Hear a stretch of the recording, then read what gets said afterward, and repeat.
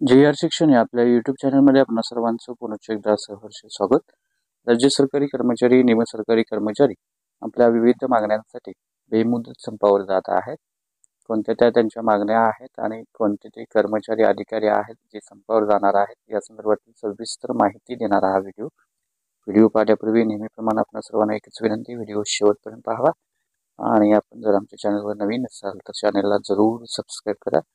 समोरील बेल आयकॉनवर सुद्धा क्लिक करा जेणेकरून महत्त्वपूर्ण शासन निर्णय, कर्मचारी पेन्शनधारकांच्या हिताच्या महत्त्वपूर्ण अपडेट्स आपल्याला आपल्या यूट्यूब चॅनलवरती सर्वात अगोदर पाहावयास मिळतील. जसे की आपण स्क्रीनवर पाहताय, महाराष्ट्र राज्यातील महसूल विभागातील कर्मचाऱ्यांचं विविध मागण्यासाठी दिनांक 10 जुलै 2024 पासून बेमुदत संप आयोजित करण्यात आलेले आहेत. यामुळे महाराष्ट्र राज्य महसूल कर्मचारी संघटनांच्या वतीनं या संपामध्ये सहभागी होण्याचं सर्व महसूल कर्मचाऱ्यांना सूचित करण्यात आलेला आहे. महसूल विभागातील कर्मचाऱ्यांच्या विविध मागण्यासाठी दिनांक 10 जुलै 2024 पासून बेमुदत आंदोलन सुरू होणार आहे. यामध्ये जोपर्यंत शासनाकडून मागण्या पूर्ण करण्याचं आश्वासन दिलं जाणार नाही तोपर्यंत संप मागे घेतला जाणार नाही असा इशारा देखील देण्यात आलेला आहे.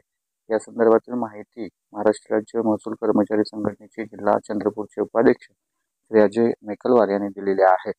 या संपाच्या वतीनं महसूल कर्मचाऱ्यांच्या विविध मागण्या शासनाकडे सादर करण्यात येणार आहेत. यामध्ये आकृतीबंधाची प्रमुख मागणी असणार आहे. सध्या पूर्वीच्या जुन्या आकृतीबंधानुसार तब्बल 30 ते 35% पद रिक्त आहेत, म्हणून एका अधिकारी तसेच कर्मचाऱ्यांच्याकडे एकापेक्षा अधिक पदाचा कार्यभार सोपवण्यात आलेला आहे.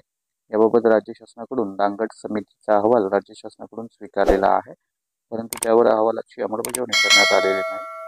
दांगट समितीच्या अहवालाची शिफारशी ज्या आहेत त्या लागू करून तत्काळ अंमलबजावणी करण्यात यावी.